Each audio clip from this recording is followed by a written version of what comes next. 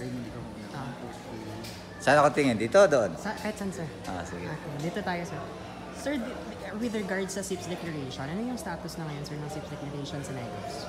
Sa ngayon ay nandun pa kami sa sa promotion stage, no?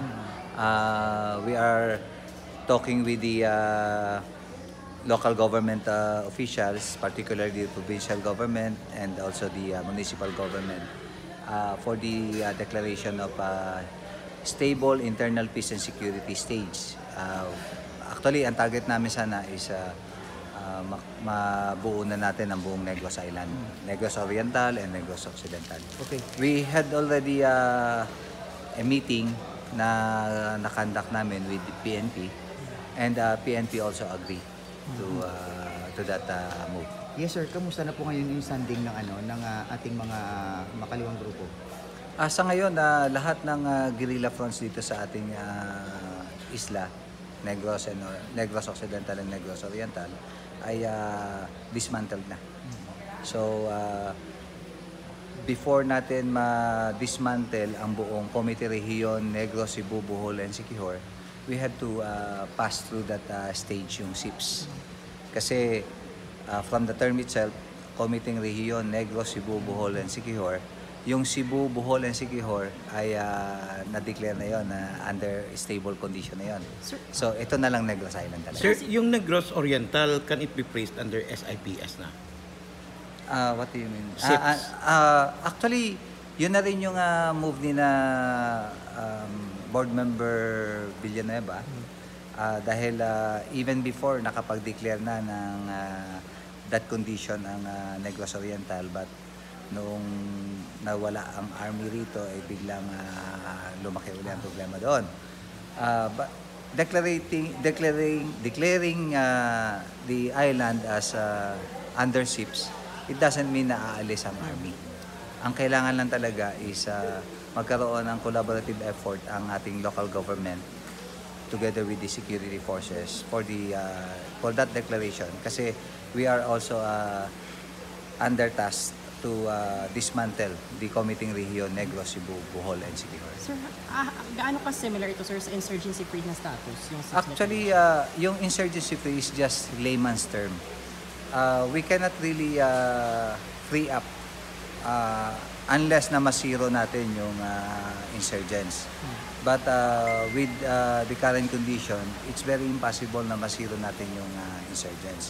Ang kailangan talaga is ma-stabilize lang natin yung current condition, which is yun naman yung nandun sa executive order na pinalabas ng national government. Sir, yung stability, does it include, kasi ngayon we're talking about remnants na lang sa guerrilla fronts, pero does it include ng failure for them to recruit new armed members? And that is one of the objectives ng ating SIPS. By declaring it under SIPS condition, the local government will be the one leading the effort na, including yung pakikipag-usap sa mga different sectors of the society to avoid or prevent recruitment na ginagawa nila, especially in schools. Sir, yung pinaka-latest dispatch ninyo is yung Southwest Front is Declared division dismantled. level dismantled sa National level. Actually, we are just waiting for the national joint resolution, but BISCOM had already recommended it to national level. Mga kailan dito, sir? Siguro in the next 2 months, pagka nag-convene din yung national level joint group natin, magkakaroon na ng declaration. Sir, would this be nothing less of historic? Kasi may mga reports before, including yung pinalabas ng CIA, a redacted report in the 1980s na muntik nang ma-take over ng communists yung Negros Island. But now we're talking about only a few remnants. Are you moving close to history? Yung dati na sinasabi na muntik na nandun na raw sila sa strategic stalemate and going to strategic offensive, it was not true. Kasi the Armed Forces of the Philippines really worked hard para doon sa pag-run after them, and eventually yun nga, binigay yung ISO responsibility To the over the PNP. AFP. Tapos sinusuportahan kami ng PNP. Sir, yung may pinalabas sila na third rectification campaign yung CPP-NPA. Anong reaction natin dito, sir, sa third rectification campaign na sila? Marami na silang rectification campaign na ginawa. But what happened?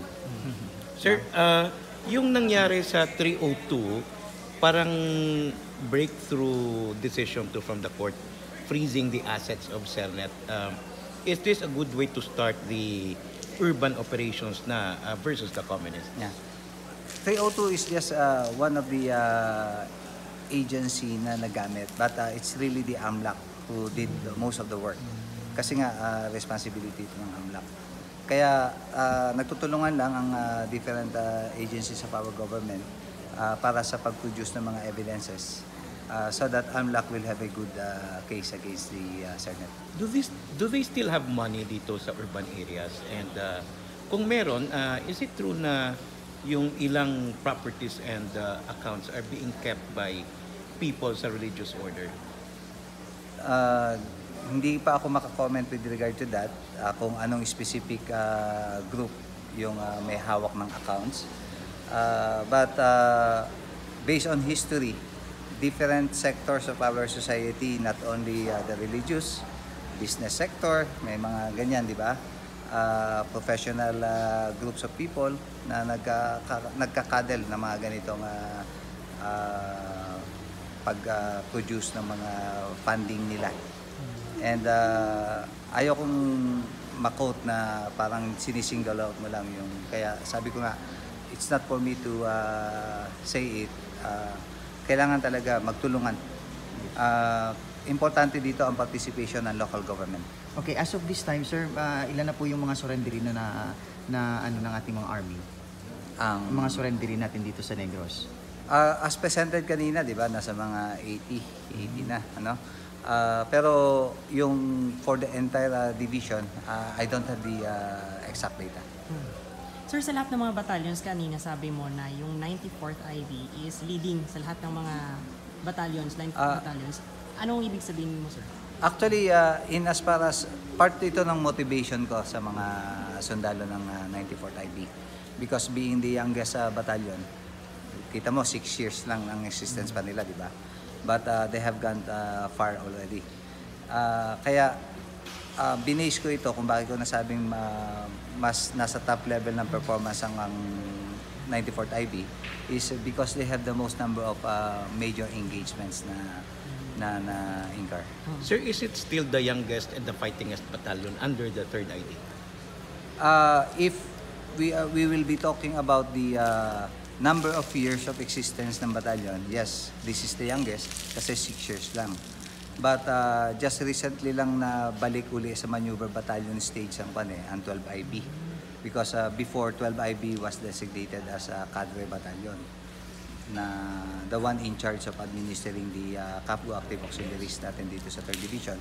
But dahil binalik uli siya as maneuver battalion, bata ang 12 IB but in number of years of existence, 12 IB has been there already several decades. Kaya sa ngayon, talagang 94th IB ang youngest. Wow. Dahil 6 years na. And in only 6 years, it was able to dismantle a major front of the NPA. Yes. Wow. So, you can already gauge ano yung motivation na nagawa sa 94th IB for that accomplishment to happen. Sir, hinggil po sa nangyari kahapon sa 47th IB area na they recovered caches of firearms. Is this indicative po na yung remnants are going to the tactic of paligal? They're going legal again? They've been doing that even before. Mm-hmm. Kasi nga, some of them hindi talaga kilala ng even ng security forces.